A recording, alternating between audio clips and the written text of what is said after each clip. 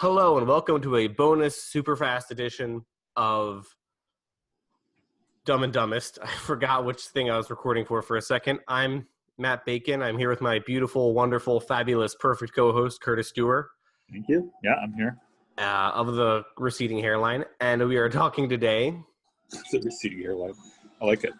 And we are talking today about something very important that a lot of you ask about, which is tour booking. And specifically, I want to talk about something I have kind of used in my tour booking called the 12 promoter theory.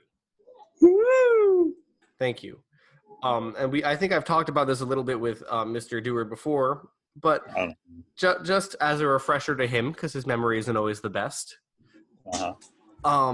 Never talked to me about it, but okay, yeah. I've definitely talked to you about it. All right. Anyway, the way it works, you're a band. You have your home city. You choose 11 other cities.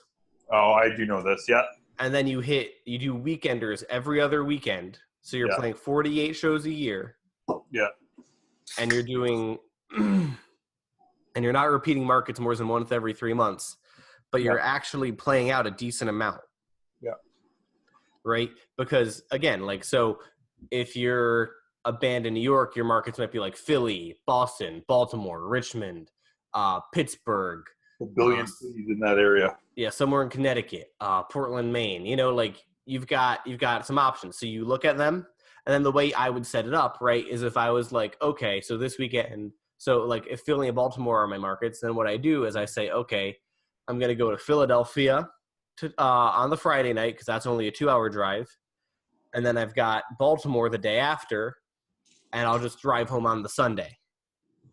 You know what I mean? Just as an observation point, this strategy would probably only work for the United States and United Kingdom. I don't see how this working for Canada, but it is a good theory. Yeah. I mean, yeah, and you have to make it work for you, and obviously you kind of need to – what's interesting and useful about this strategy is that you need to know your market for it to work. Like, you need to know people in your scene. Yeah. But at the end of the day – it's a lot easier to meet someone from the town 2 hours over than it is to meet someone from the town, across the country. And the other important thing with this is so many bands do the stupid mistake of wanting to go on a national tour because they're like, oh, well, we have a month of vacation time every year. So that's what we're going to do is we're going to go on a big national tour. Yeah. And, that doesn't make any fucking sense because – honestly, if you're a New York band and you're going to go play in California, it's going to be another year before you get back to California. You know what I mean? Expense-wise, it probably doesn't make any sense unless you're a big band, too. And, at the end of the day, if you're, even if you have, 10 friends in California who all want you to come out, that's 10 people who might come out. You know what I mean? Because, that's 10 people who say they'd come out, but they say they'll come out only if they don't have an early shift the next day, only if their girlfriend doesn't want, to hang out that night, only if it works for them. That's not because they're bad people. It's just because people are busy. You know what I mean?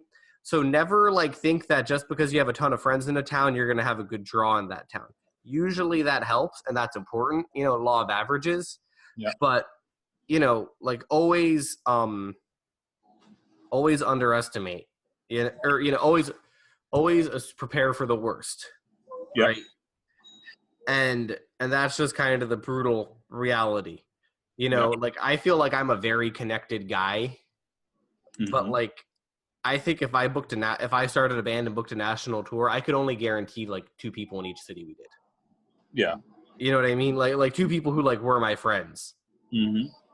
So don't go thinking that it's just going to work out for you. And again, I get that there are bands that are long distance or whatever, but guess what? If you're a long distance band and you go on a big long tour, that's just emotionally fucking crushing. Because this is the other thing with the 12 promoter theory. Is so many bands go on these 2 or 3 week runs even, and but if you're playing, shitty show after shitty show after shitty show, humans, in my experience, can only really play 3 shitty shows in a row before they start to get real tired of this shit. Yeah. You know what I mean? Like you need to have like touring sucks. You need to have, you know, at least 25% good shows. Yeah. You know, ideally more if you want to make any fucking money. Mm-hmm. You know what I mean? So like don't expect that it's gonna play out in your favor just because you have 100 friends in this scene nationally. I agree. You know what I mean? And a lot of people assume that because they have 100 friends, that's going to translate to more people. But like, again, we have an overstimulated market where there is very, very little demand. It's sort of the same as getting PR. Mm-hmm. It's better to have, you know, 10 sites in your niche that are on lock than to try on your own to go out and email a bunch of people. I agree. You know? Yeah. What are your thoughts on this whole thing, Curtis? I haven't really let you talk yet. No, because it's not really my area of expertise. You're doing quite well on it, so I don't really have too much to add, to be honest. So just go with what Matt says. He's the expert on the touring end. I'm the guy to talk to with PR, so I'm just going to nod my head and smile on this one. Sure. Yeah. And again, this is just the basic realities. The other important thing is that if you're you know, so let's say you do the 12 market plan and you're like a New York band and you're starting to do okay in, let's say, Providence, Rhode Island, Boston, Baltimore, and Philly, and you've got like 30 to 40 people who come out to see you in those cities, right? So you decide, okay, and then you have your home market where maybe you pull, you know, 50. Yeah. So then you do that, and then it's like, okay, tight.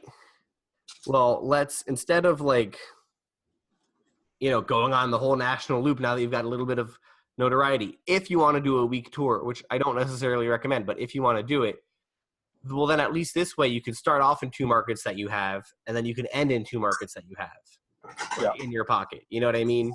Yep. Which, again, minimizes the amount of shitty shows. And the thing is, like, here's the other thing, right, is like, I'm a guy who signs bands, okay? I am much more interested in the band who have a decent regional following, you know, where like people will come out, you know, because that tells me people give a shit. Like the fact that you can't draw anyone, you know, 500 miles from your hometown or whatever, doesn't actually mean anything. Yeah. You know, because like, if no one's ever heard of you there, then they're not going to come out because they don't have a reason to come out, right? But like, if you want to, like, this is the same for getting on a booking agency, right? If you want to get taken seriously by a booking agency, become the band in whatever region you're in, and then you can do like 2 or 3 shows with a bigger band, you know? So like, if you're like a doom metal band from New York, okay, it's much better. Like, you're going to get much more traction, like building up that region, and then also having a good following Philly and also having a good following Boston, so that when a bigger band, like let's say maybe you're a New York doom band and you've become the house opener for the agent for like Paul Bearer, you know, and he's just like, okay, well, I know that if I put this band to open, they're not going to fuck around. They're going to draw 35, 50 people. Good. Well, then it's a lot easier for, you know, Paul Bearer's agent, you know, for example, to just kind of go like, okay, tight. Well, this band's also going to bring people in Philadelphia. Cool. And then he's incentivized to put you on his roster at the end of the day because you've made his life easier and you've shown that you have a regional following. Yeah. You understand what I'm saying? Whereas like, if you're just,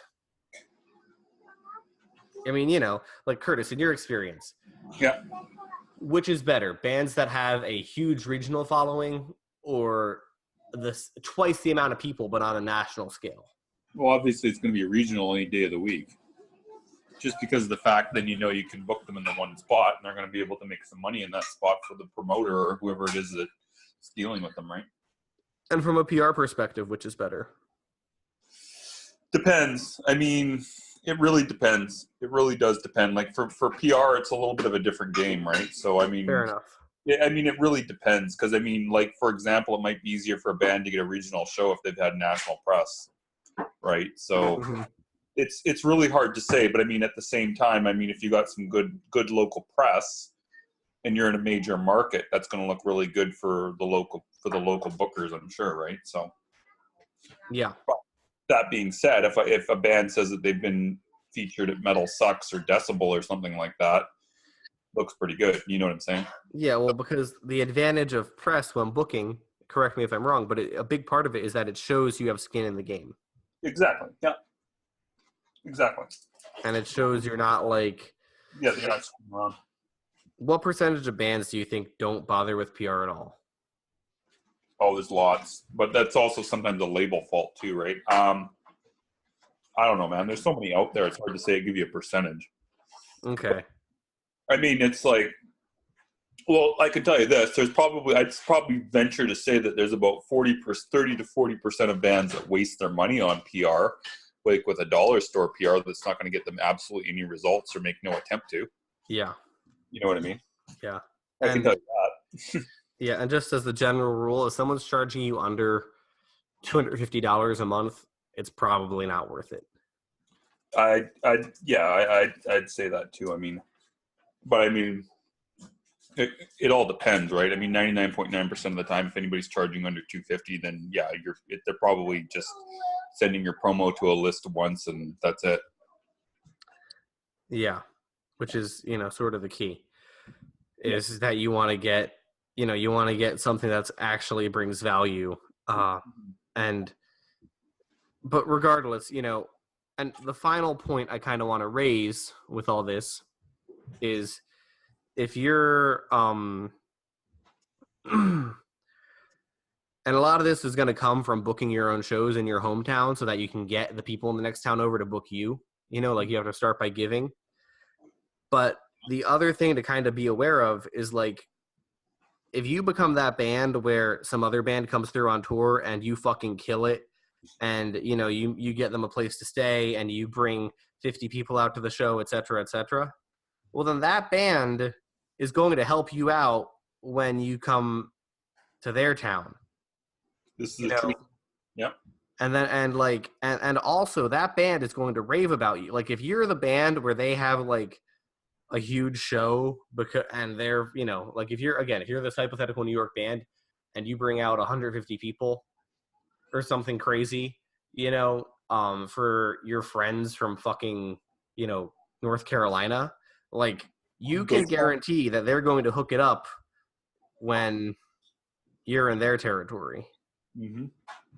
And that's a really valuable thing, because this just helps build the network and build the environment, And that we should probably start to wrap up. I'm starting to get hangry, Matt. Okay, Curtis is getting hangry. Curdy's hangry. So what do you have to plug, Curtis? Well, I got a few things. Today I'm trying to think one day ahead in the future. Today, Wednesday, assuming you're posting this on Wednesday. Yes. I have a Pia Mater, I think that's how you say their name, stream. That's progressive death metal over at Decibel. And That's going to be really big. And let me just grab my calendar here, which is right in front of me. Just see what the other thing was. There was something else that was on tomorrow, I think. Oh, yes. And then Will's Dissolve is supposed to be streaming tomorrow at, they're also progressive death metal. It's like a two for tomorrow. They're going to be at Toilet of Hell, so go check out their track as well. You've got a lot of prog death right now. You've also got that Dragonfly band. Yeah, I just ended with them. Yeah. Subterra. Yeah, I know. It seems prog death seems to be, people seem to be gravitating to me suddenly. I go through spurts, it seems, of stoner, and then it goes doom, and then it goes. Well, because this circles back to what we talked about, right? Is the word gets around if you don't fuck up. Yeah. So true.